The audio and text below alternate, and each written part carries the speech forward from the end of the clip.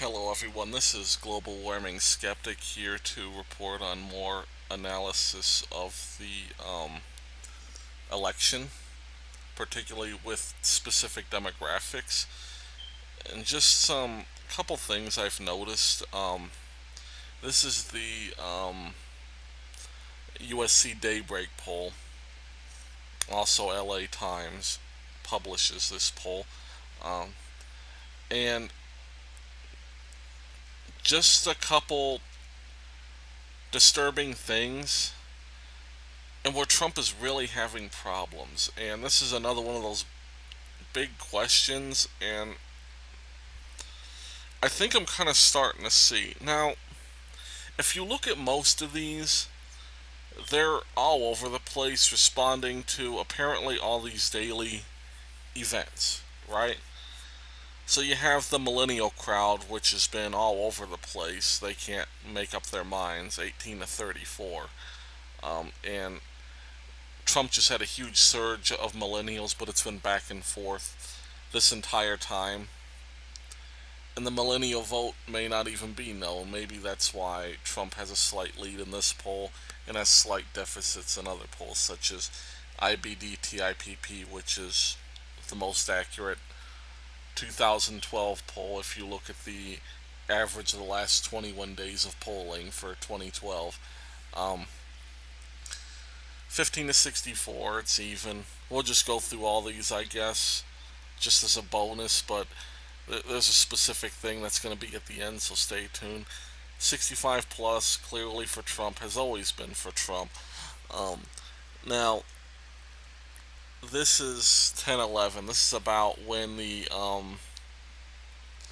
I believe this is when Pussygate came out. Actually, no, I was the 17th, I believe. Oh, wait, no, it'd be around that time because, yeah, that'd be a Pussygate thing. Um, and that's kind of interesting too, just to see the various reactions to Pussygate. Um, of course, it gave Hillary a temporary boost, but the millennials seem to have forgiven Trump at least partially because he's going up and down. He's a little bit down from where he was in September, but he's still pretty far up there. Um, didn't have as much of an impact on the 65 plus crowd. You see, Hillary got a bump, but Trump never really went down that much, if at all. And that just brings up another point, too, is that a lot of this Trump being behind isn't the Pussygate scandal. It's Gary Johnson losing his support as it becomes obvious that he has no chance. He barely stands a chance of making it to 5%, let's be honest. 5% would be hugely important for him, but he's probably not even going to get there. And also, Jill Stein voters are going down too, and a lot of this is interfering with the results. And it's like I said this morning, um, I think Trump is going to take most of the remainder of the Gary Johnson supporters who switched to vote for one of the two main parties because it's going to be apparent that it's too important to a lot of people, and polls always misrepresent third parties anyhow. Look at Ralph Nader.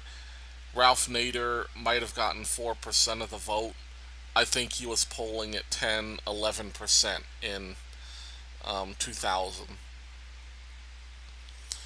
when George Bush won the nail biter. Um, Here's where it starts to become concerning for Trump. Because Trump, his main challenge is he's got to turn this around, the 0 to 35K. Now, this is also low voter participation, but the fact is that it appears Hillary's message may be resonating with the lower income people with her liberal free stuff plans. Um, this is encouraging the 35 to 75K. There's no telling if this is a genuine curve. I suspect it might not be. It's just too steep of a rise at once. And without much of a cause, because you've had Podesta emails coming out for a while now, so I don't think it'd be Wikileaks that's causing this. It's really hard to tell. It could be a running average sort of thing, too, because these are tracking polls, and they do use smoothing and running averages. Here's the 75K. Nothing really remarkable except for the Pussygate initially hurt him, but as it became apparent that it was interfered with, I think a lot of this was shy vote after Pussygate, or just people infuriated at the time, because higher income people, they're going to be probably more concerned with the words of somebody. Now here's where it starts to become disturbing. White voters, they're not moving, but I think the reason they're not moving much is mainly because it's a mixed bag sort of thing. But here's the disturbing thing is the black vote, and this is what scares me to death. Not just because it's so low, but because look at how little this changes. You have spikes and then normal, spike and then normal.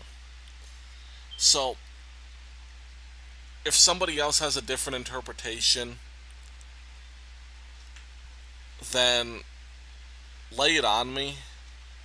But what this appears to be for me is that they're not paying attention to the election cycle. Because you notice how little this moves compared to the others. And perhaps it could be because we're dealing with lower percentages, and because we're dealing with lower percentages, there's a issue with sensitivity. Support change as a percentage, but to me this tells me that they're not paying attention except for two key events. Like, for example, in a lot of September, he was all over the place in Detroit, Toledo, lots of low-income areas, Cleveland. And this seems to be around where he gets his good spikes, but ever since then he's had debates, he's had to go into battleground states which are less inner city.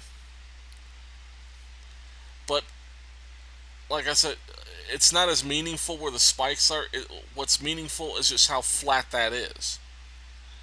And this is what I've been explaining to people, is that,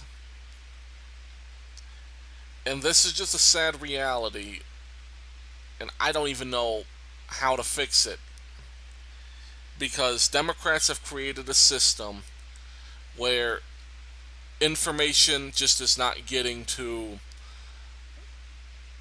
very poor people in extreme poverty. And this isn't even the 0 to 35K group. This would be the 0 to 12K group, or 0 to 10K group. Just horrible extreme poverty. People who, if they're lucky, they'll have an old television set, an old CRT, and they get their local media. If they're really lucky, they'll get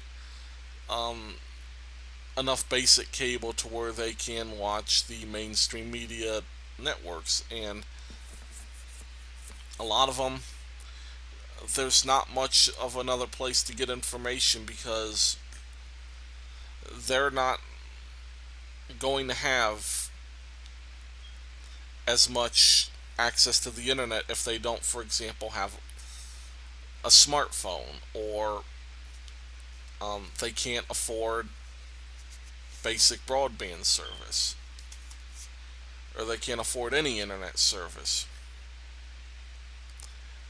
And for a lot of people, mainstream media, especially if you're working, especially if you're working like two jobs or something to support a household, you don't you're not going to get much information, maybe a little bit from coworkers, but not much other than that. And if your coworkers are all voting Democrat, you're not going to get the other side.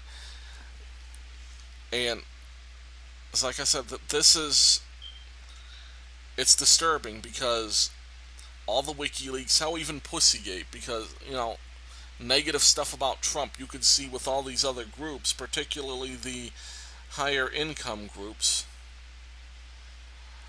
There are huge signals throughout this of all the various things that have happened. And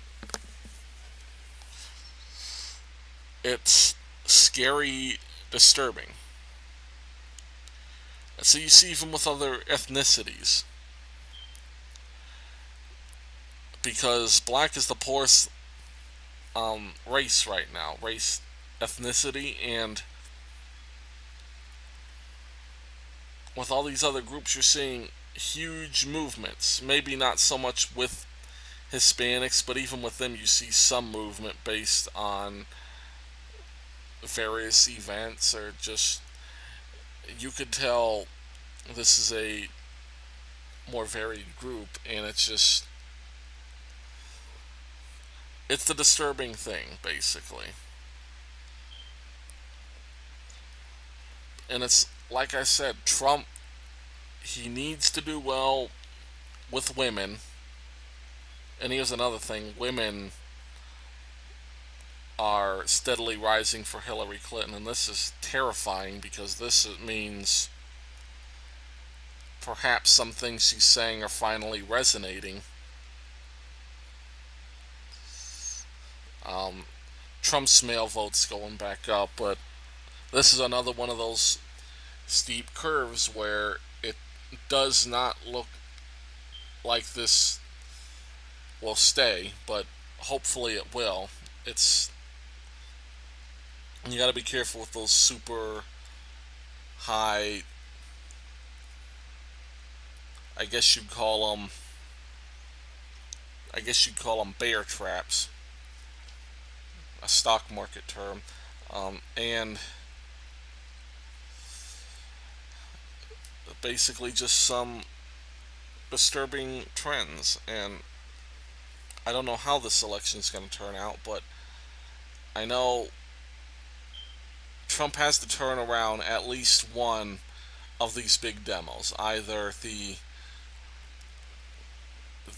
low income or women, or try and get one of these big spikes. And I think perhaps in Trump's remaining days, he should focus on going back to these inner cities. Even if he's already been there within the last couple weeks, go there again.